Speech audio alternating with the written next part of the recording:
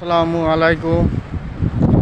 দৈনিক নতুন খবরের পক্ষ থেকে আপনাদের শুভেচ্ছা ও স্বাগতম জানাই। আমি এই মুহূর্তে দেখানোর চেষ্টা করছি সেই যশোর জেলা ভবদহ সেই 21 ব্যান্ডের সুইচ গেট। দেখুন বন্যার পানিতে পূর্ব দিকে সেই 27টি বিল জলাবদ্ধতা। এখন সেই জলাবদ্ধতার যে পানি, সেই পানি 21 ব্যান্ডের এই সুইচ গেট দিয়ে বের করে দেওয়া হচ্ছে মোটর চালিয়ে। দর্শকরা যেমনটি দেখছেন, এই মুহূর্তে আমি দাঁড়িয়ে রয়েছি সেই যশোর জেলা অভয়নগর উপজেলা ভবদহ সেই 21 ব্যান্ডের সুইচ গেট। দেখুন বর্তমান জলাবদ্ধতার সেই ভিডিওটি।